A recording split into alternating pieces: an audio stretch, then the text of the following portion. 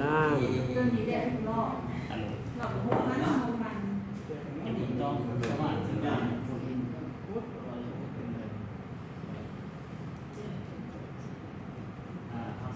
จะมาทางเลี้ยวขวาเลยลงไปฮับก็ได้ฮอนชวันดีนี่ละการเงินนครหลวงการเงินมันเป็นบุรีไปตลาดเป็นไปเด็กแม่เป็นบุรีเนาะตอนนี้เข้าสู่แผนการตลาดบริษัทดีไซน์นี้อันดับหนึ่งก็คือใจคนละต่อแทนอันดับ5ของโลกนครหลวงอันดับ5ของโลกอันที่2ก็คือจ่าย7ช่องทางเฮาเฮ็ดช่องทางได้เขาก็ได้เงินถ้าเฮาเฮ็ด7ช่องทางได้เขาก็ได้ทั้ง7ช่องทางเนาะอันที่1นี่เขาเรียกว่า first start หรือว่าค่าแนะนำจะจ่ายที่ 3% ของคะแนนอันที่2ก็คือ rising sun โบนัสก็คือดับเบิลค่าแนะนำเจ้าแนะนำมาได้เท่าไหร่บริษัทเพิ่มมาอีก 50% อันที่3ก็คือ duo team หรือว่าค่าบาลานซ์ทีมลิสต้องจ่ายตั้งแต่3%อันที่4ก็คือ maximum โบนัสอยู่ที่ 65%อันที่5ก็คือ lifestyle โบนัสหรือว่าค่าโบนัสค่าน้ำมันรถ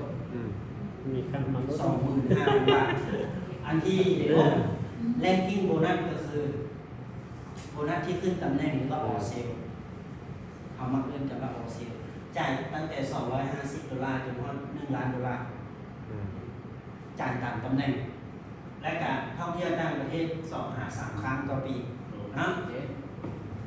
อันนี้เป็น7ช่องทางรายได้ของ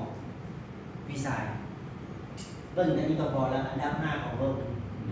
ถ้ายังเบิ้งจริงสิดึงให้เบิ้งเดี๋ยวจะดึงให้คุณพ่อเบิ้งว่ามันได้หลายจริงเนาะวันนี้คอนเซ็ปต์ที่ควรรู้ก็คือคะแนนมันจะมีอยู่3คะแนนแต่ลักๆมาจากคะแนนเดียวคือคะแนนนี่แหละคือคะแนน PV อันนี้ PV นี่หมายถึงคะแนนที่ใช้คำนวณในการค่าแนะนำเราจะขึ้นตำแหน่ง CV นี่หมายถึงคะแนนใช้ค่าคำนวณ Duo T หรือว่าค่าบาลานซ์ T Big Storm อันนี้ก็คือเป็นตัวคะแนนสะสมเพื่อให้เราขึ้นตำแหน่งในรอบ QP ทั้งหมดทั้งมวลนี่มาจากตัวนี้ตัวเดียวเวลาซื้อสินค้าออกปุ๊บมันก็จะมีสินค้าตัวมาเนาะวันนี้การเปิดแพ็กเกจที่จะเฮ็ดธุรกิจมีอยู่3แพ็กเกจที่1ก็คือแพ็กเกจ S แพ็กเกจ S นี่จะซื้อสินค้าอยู่ที่ 9,990 บาทได้250 PV และได้100 CV Duo Team นี่จะอยู่ที่ 10% แพ็กเกจที่2แพ็กเกจ M 19,500 บาทได้500 PV แล้วก็200 CV Duo Team ได้ 15% และแพ็กเกจที่3แพ็กเกจใหญ่สุดก็คือแพ็กเกจสูงสุดของบริษัทก็คือ 38,000 บาทมีอยู่1,000 PV 400 CV แล้วก็ Duo Team ได้ 3% ฉะนั้นผู้ใดที่สนใจอยากที่ให้เป็นธุรกิจเลยแนะนำเป็นแพ็กเกจนั้นจบเลยครั้งเดียว38,000 บาท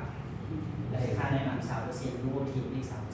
3%เนาะเบิ่ง First Start ได้ในนี้ก็คือตัวเราเข้ามาเปิดสมมติว่าเราเปิดเป็นแพ็กเกจ L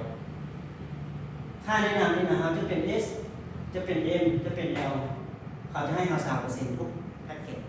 ขึ้นกับว่าเราไปนำเสนอลูกค้าบนแพ็กเกจใดคืนหน้าเมื่อกี้นี้โดย12 รอบการเซ็นเพชรต้องให้ผู้ขับอะไร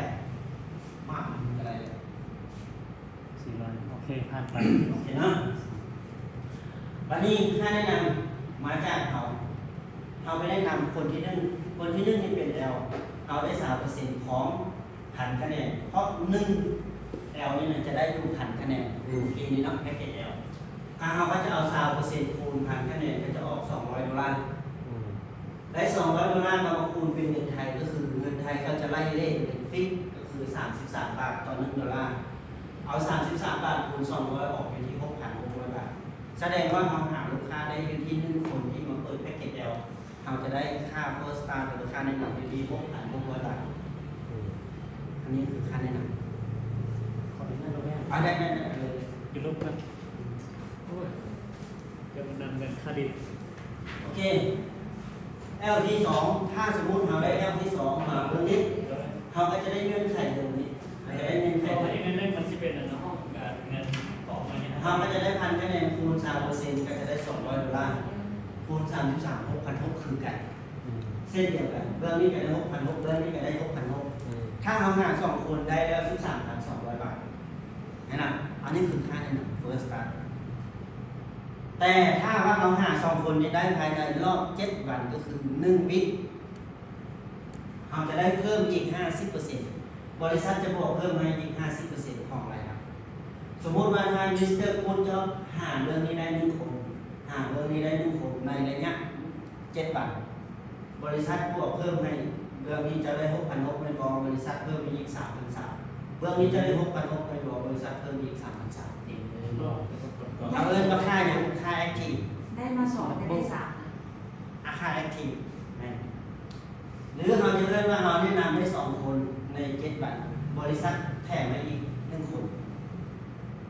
2ได้3ปิดการขาย 2L ได้มา 3L สำหรับตัวที่ลงพันพีวีที่ 1,000 PVใช้เงินอยู่ที่38แล้วคนมาลง1,000 PVจะได้สินค้ากลับไป36เนี่ย 30,000 กว่า ไม่36เนี่ยเราคะแนน 39,000 กว่า ได้คือ36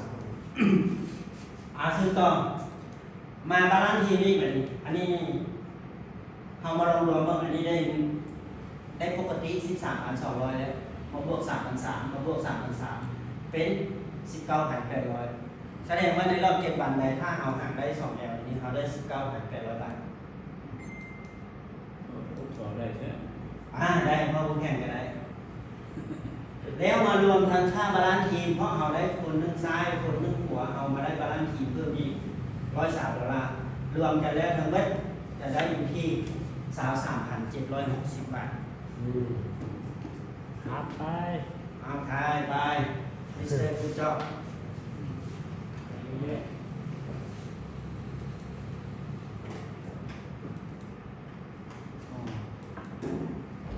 มองว่านี่มีอะไรสนใจพิเศษบ่คุณจอบ ตะกี้เพิ่ม100%มาจากโบ ตะกี้มีโปรโมชั่นเพิ่มร้อยแต่เดี๋ยวนี้50ก็อยู่ในแผน อันนั้นคุณทำช่วงสั้นๆ3-4ที่เดียว เดียวไปยุ่งปัญหา เราเมื่อกี้ตาลักได้ตาใบเสียงปลาใบกินปลาซามเรียนติดตามแล้วมันได้เรียนมีความพร้อมมันเป็นฮึบโอเคป่ะนะถ้าพวกนี้ต้องมือดังให้กับแจกจ่าย